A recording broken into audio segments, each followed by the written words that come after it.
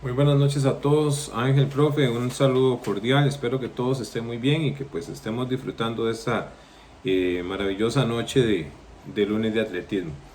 Este, para el día de hoy, bueno, tenemos una temática interesante que tiene que ver con la dinámica de las cargas.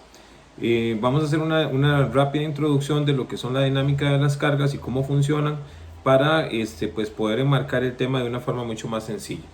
La dinámica de cargas, por ejemplo, se puede remitir fundamentalmente a esa forma en la que nosotros corremos durante la semana y cómo nosotros vamos abordando las semanas durante el mes. Normalmente las personas tradicionalmente tienden a correr, como lo hemos visto en otras ocasiones, de forma muy instintiva y digamos muy poco estructurada. Esto quiere decir, por ejemplo, que las personas pues salen a correr lo que normalmente sienten que deben correr, que esto evidentemente no es una buena práctica, ¿verdad? Nosotros deberíamos de tener un volumen de kilometraje que esté bien determinado por el entrenador y bien definido por el entrenador para hacer una distribución de este kilometraje durante las cargas de entrenamiento diarias que se van a dar durante la semana. Una vez que ya nosotros tenemos definido ese primer volumen de kilometraje, se debe de realizar entonces una distribución semanal en donde precisamente se movilicen las cargas teniendo cargas altas, cargas medias, cargas bajas y días de descanso. Esto es a lo que nosotros hemos llamado dinámica de cargas. Esto quiere decir que las cargas no siempre van a ser estables, no siempre van a ser las mismas. Un corredor no debería de correr 10 kilómetros todos los días, ni tampoco debería de correr 10 kilómetros necesariamente. Todo depende de cuáles sean los objetivos del trabajo y cómo se vayan a estar realizando estos trabajos durante el transcurso del mes y la periodización que a su vez se va a realizar a lo largo de todo el año. Realizar una periodización o una dinámica de cargas en realidad pues no es un trabajo sencillo. Me parece que es un tema que sí tenemos que exponer acá en el programa porque las personas tienen que darse cuenta, los atletas tienen que comprender que este es un trabajo que debe realizar un profesional. La autoprescripción de ejercicio, igual que la autoprescripción de medicamentos, puede llegar a ser nociva y esto lo hemos presentado en otros programas también a través de otros tipos de prácticas que también pueden ser contraproducentes. Podemos, por ejemplo, generar un nivel de volumen de entrenamiento que nosotros creamos que es idóneo u óptimo y podría ser demasiado para la condición física inicial de una persona. De ahí entonces que todos los temas que hemos visto semanas anteriores pues vienen a generar un encadenamiento de conceptos que nos permite comprender el atletismo dentro de una dinámica pues que no es simple.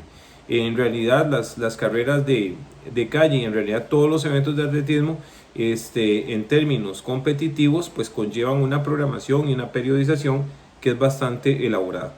Pero bueno, como siempre vamos a tratar de dar algunas herramientas prácticas para tener en casa, de manera que si no tenemos el recurso para pagar un entrenador o accesar a algún tipo de grupo organizado y lo queremos hacer solos y no tenemos las herramientas técnicas suficientes, pues vamos a ver cómo podemos organizarlo para que esto se haga muy sencillo.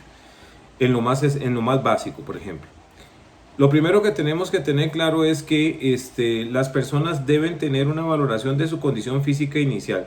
Si es una persona que va a realizar apenas, va a iniciar con esto, pues deberíamos de contemplarlo como una persona principiante.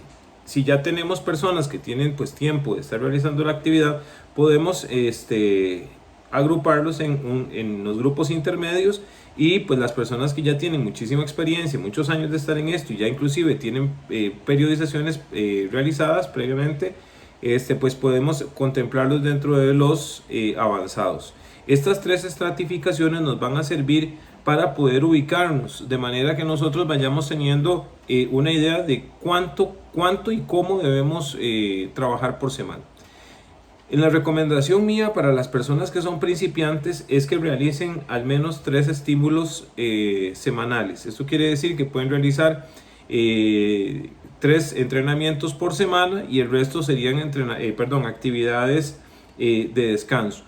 ¿Por qué solamente 3 días? Porque la mayoría de las veces las personas principiantes normalmente tienden a ser personas que anteriormente eran sedentarias. Estas personas sedentarias pues tienen condiciones de muy poca actividad física, y al realizar más actividad que esto me parece que podría ser contraproducente. Entonces podemos iniciar con 3 días semanales, en donde estos 3 días se van a distribuir de la siguiente forma. Un día puede ser de una actividad medianamente intensa, otro día deberá ser una actividad medianamente baja, y el tercer día debe ser una actividad baja.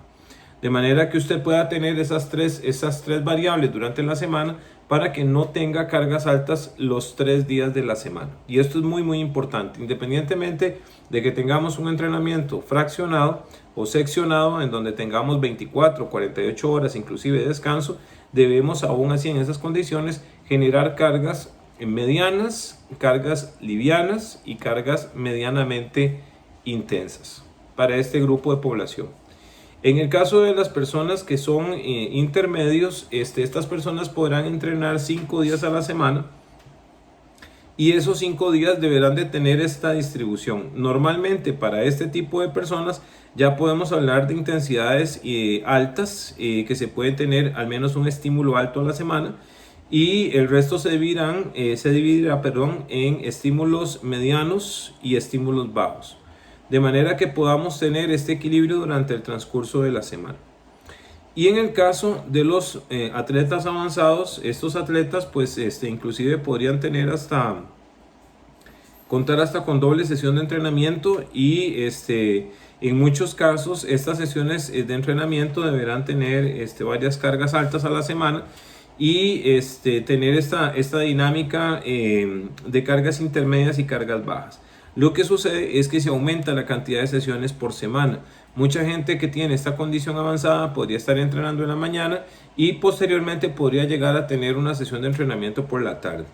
De manera que tengamos una densidad de recuperación suficientemente buena como para que podamos tener una recuperación física idónea, ¿verdad? En el caso, esto respecto a lo que es la dinámica de carga semanal. Lo que es la dinámica de cargas mensual, deberíamos de tener por lo menos la claridad de que durante la semana nosotros durante el mes nosotros vamos a tener 4 semanas de trabajo, en donde la primera semana debería ser una semana introductoria de aprendizaje a las dinámicas establecidas por el entrenador, de análisis de las técnicas y de los elementos que se van a entrenar, de manera que puede ser una semana de adaptación, en donde yo apenas voy a conocer los estímulos que voy a estar realizando durante el mes. De manera que no debería de ser una semana con mucho volumen para poder tener una respuesta técnica adecuada y tener una condición neurológica que me permita procesar todas las informaciones y generar todos los gestos técnicos que se demandan en el entrenamiento. La segunda semana ya podría ser una semana de adaptación a estos estímulos, y podríamos experimentar un leve aumento del volumen de entrenamiento para la segunda semana. De manera que ya yo, conociendo los trabajos que me envía el entrenador o los que voy a realizar en la primera semana, ya los puedo realizar con un poco más de intensidad y de volumen para la segunda semana. La semana número 3 normalmente es una semana en donde se tiene el máximo pico de intensidad y de volumen, en donde nosotros podemos tener una semana realmente fuerte y aprovechar esa semana pues para generar los mayores estímulos posibles al sistema. De manera que a partir de esa semana pues nosotros vayamos luego a tener una planificación de una descarga de entrenamiento, o en la semana que hemos denominado semana de supercompensación o de descarga. Esta semana de supercompensación o descarga es muy importante porque es en esta semana en donde nosotros bajamos los niveles de entrenamiento, inclusive todavía más bajos que los de la primera semana introductoria. De esta forma nosotros vamos a provocar en el sistema, en el organismo, una recuperación lo suficientemente buena como para poder enfrentar los estímulos del siguiente plan de trabajo. Como hemos visto, las semanas no todos los días son iguales, y de semana a semana tampoco es igual el volumen. De manera entonces que tenemos que procurar tener evitar tener esta práctica que a veces observamos mucho en los atletas nuevos, que es realizar kilometrajes iguales durante todos los días, durante todas las semanas. Esto en el peor de los casos, ¿verdad? Y como hemos visto en otros casos, pues también se pueden estar generando algunos estímulos que pues por la naturaleza de ellos tiendan a ser todos muy altos y esto pueda generar lesiones durante el proceso de entrenamiento.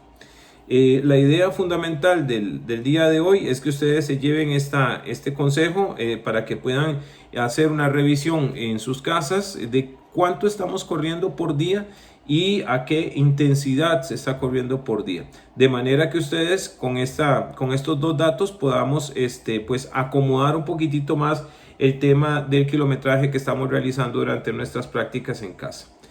Bueno, por el momento sería todo. Un abrazo, cuídense mucho y nos estamos viendo. Hasta luego.